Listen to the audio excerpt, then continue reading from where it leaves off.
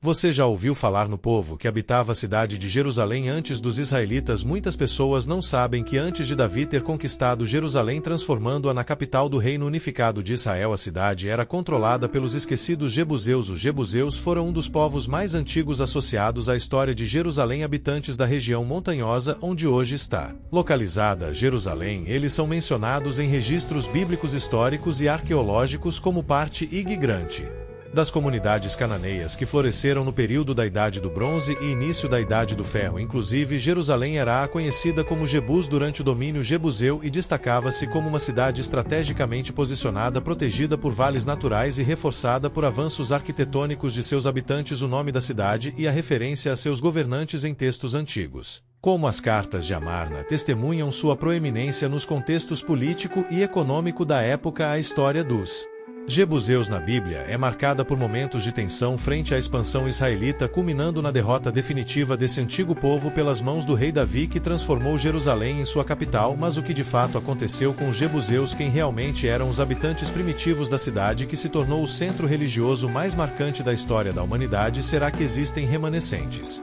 dos jebuseus na atualidade? É exatamente sobre isto que falaremos neste vídeo. Os jebuseus são mencionados pela primeira vez na Bíblia como parte dos 7 povos que habitavam Canaã, listados ao lado dos Etita, amorreus, girgazeus, heveus, cananeus e peris, e eles são apresentados como um clã cananeu em Gênesis capítulo 10 e versículo 16. Os jebuseus são associados à descendência de Cã, filho de Noé, através de Canaã, apesar de serem classificados como cananeus no sentido geográfico e genealógico. Há indícios que apontam para uma composição étnica mais diversa. Textos como Ezequiel capítulo 16, versículo 3 destacam que Jerusalém possui raízes mistas, sendo seus habitantes originais descritos como descendentes de amorreus e heteus. De fato, as características específicas dos jebuseus, incluindo práticas culturais e linguísticas, os distinguiam de outros grupos. Arqueologicamente, os jebuseus podem ser vinculados mais aos amorreus, um povo que desempenhou o papel central na formação das cidades-estados de Canaã. Por exemplo, o nome do rei Adonisedeque, mencionado em Josué capítulo 10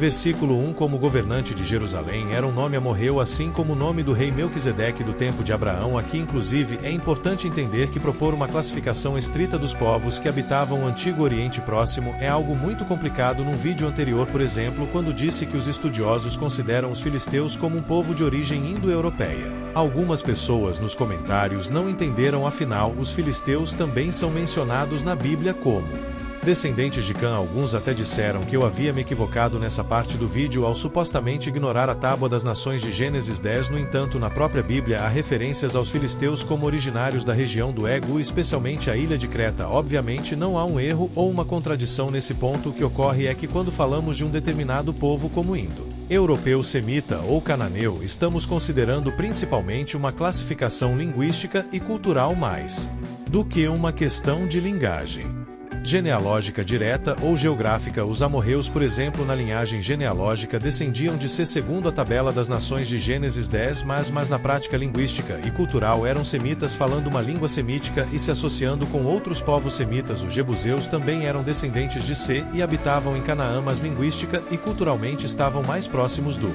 semitas do que de outros grupos cananeus. Inclusive, essa mistura está de acordo com a declaração do próprio Deus através do profeta Ezequiel, ao dizer que os habitantes primitivos de Jerusalém eram amorreus e heteus. O nome Jebus parece derivar de um termo que significa pisar ou esmagar, uma possível referência ao terreno irregular ou à força militar dos jebuseus. A Bíblia refere-se frequentemente aos jebuseus como habitantes da terra montanhosa, o que também aponta para sua ligação com a fortaleza de Jerusalém. Como já explicamos, os jebuseus mantinham laços políticos e culturais com outros povos cananeus como os Eitas e amorreus. Escavações arqueológicas indicam que Jerusalém, sob domínio jebuseu, compartilhava influências arquitetônicas e práticas religiosas comuns entre as cidades-estado da região. Jerusalém, sob domínio jebuseu, aparece na história como uma cidade estratégica e bem protegida, localizada em um contraforte montanhoso cercado pelos vales de Cédron e Inon. Sua posição natural proporcionava defesa contra ataques, enquanto a fonte de Geion, sua principal fonte de água, sustentava a vida urbana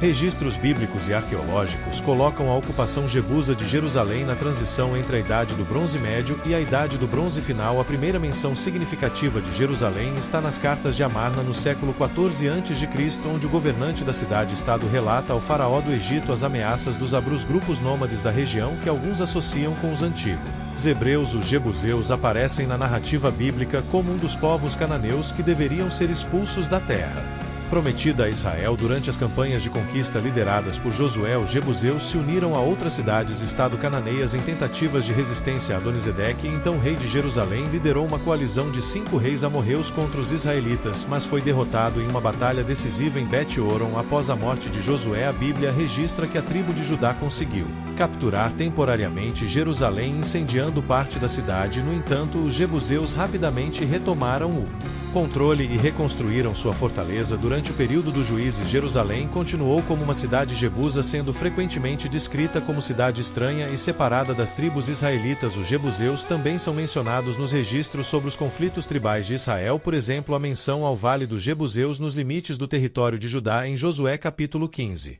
Versículo 8 destaca a proximidade e a tensão constante entre os jebuseus e os israelitas. Mesmo assim, a cidade manteve sua independência por séculos, reforçada por suas defesas naturais e pela coesão cultural de seus habitantes. Embora os jebuseus não sejam amplamente citados por práticas religiosas específicas, sua religião estava inserida no contexto politeísta cananeu, com divindades locais que refletiam a interação com outras cidades-estado. A liderança dos jebuseus era organizada em torno de reis locais, que exerciam autoridade política e militar sobre Jerusalém. O próprio Adonisedeque, já mencionado aqui, apresentado como rei de Jerusalém no livro de Josué, exemplifica essa estrutura. A sociedade jebusa era provavelmente hierárquica, com uma elite política e religiosa que governava a cidade e suas defesas. A capacidade de realizar grandes projetos arquitetônicos como o Túnel de On e de manter uma cidade fortemente defendida provavelmente refletia uma comunidade altamente estruturada e com recursos significativos. Jebuseus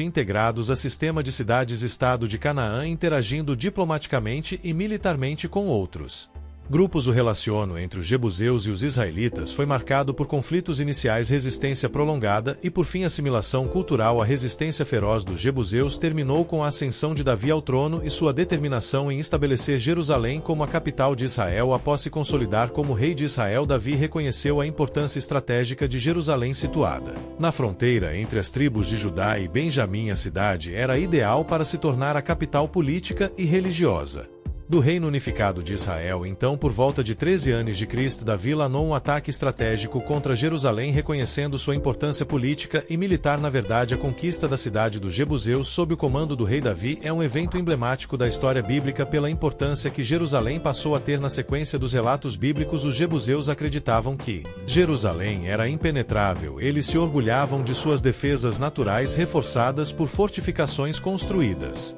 estrategicamente que dificilmente podiam ser superadas, acreditando que nem mesmo um exército experiente poderia invadir sua fortaleza. Os jebuseus zombaram de Davi, declarando que os cegos e coxos seriam suficientes para defendê-la, conforme o registro do segundo livro de Samuel capítulo 5. Ciente das dificuldades de um ataque direto às muralhas fortificadas, Davi planejou uma abordagem surpresa. O texto bíblico menciona o uso de um canal ou túnel que permitiu que os soldados de Davi invadissem a cidade através do sistema de abastecimento de água. Esse túnel é amplamente identificado pelos estudiosos com a estrutura arqueológica conhecida por ser uma passagem subterrânea conectada à fonte de Geion. A fonte era a principal fonte de água de Jerusalém, situada fora das muralhas, e os jebuseus haviam construído um sistema subterrâneo para garantir o abastecimento durante cercos. Davi e seus homens utilizaram essa passagem para penetrar nas defesas dos jebuseus de maneira inesperada. Também é verdade que alguns estudiosos sugerem que a conquista de Jerusalém pelos israelitas sob o comando de Davi pode ter ocorrido por meio de um ataque direto às muralhas em vez de exclusivamente pelo túnel de água associado à fonte de Geion. Essa interpretação é baseada em nuances linguísticas do texto bíblico e na análise das possibilidades estratégicas da época. Quem pensa assim argumenta que o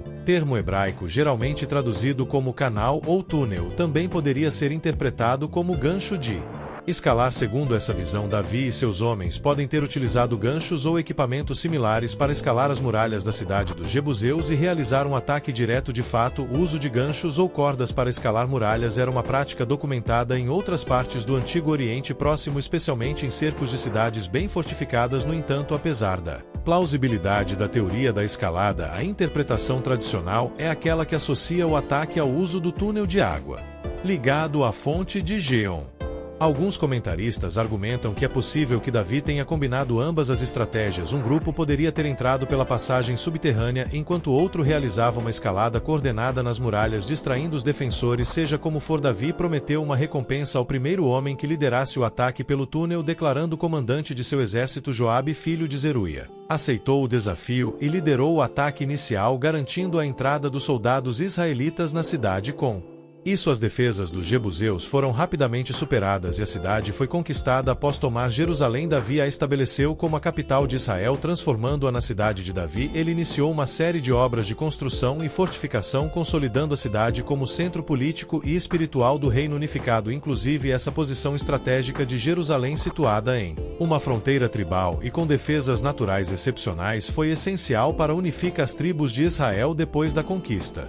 David demonstrou uma política pragmática em relação aos Jebuseus remanescentes. Em vez de expulsá-los completamente, ele permitiu que alguns continuassem a viver na cidade. O texto bíblico também registra que Davi comprou de Araúna o Jebuseu a Eira, onde o futuro templo seria construído. Mas apesar de Davi ter sido clemente para com os Jebuseus mais tarde, sob o reinado de Salomão, os Jebuseus foram incluídos na força de trabalho forçado recrutada para projetos de construção, incluindo o templo de Jerusalém, conforme lemos no primeiro livro de Reis, capítulo 9. De qualquer forma, o que ocorreu foi um processo de assimilação gradual que levou à absorção dos Jebuseus na população israelita. Como não há registros de resistência significativa após a conquista de Davi, provavelmente muitos Jebuseus aceitaram ou se adaptaram pacificamente ao novo regime. Os Jebuseus são raramente mencionados após o reinado de Davi. Referências tardias aos Jebuseus aparecem em passagens que os incluem em listas de povos cananeus subjugados ou em contextos simbólicos. Um exemplo disso é o texto do livro de Zacarias, capítulo 9 e versículo 7, onde o destino dos remanescentes Jebuseus incorporados em Judá foi usado como exemplo do julgamento e da salvação divina. Também no período pós-exílio, os Jebuseus são mencionados em listas genealógicas nos livros de Esdras e Neemias, mas essas referências sugerem mais um registro histórico do que uma presença ativa. Esse fenômeno de assimilação não foi exclusivo dos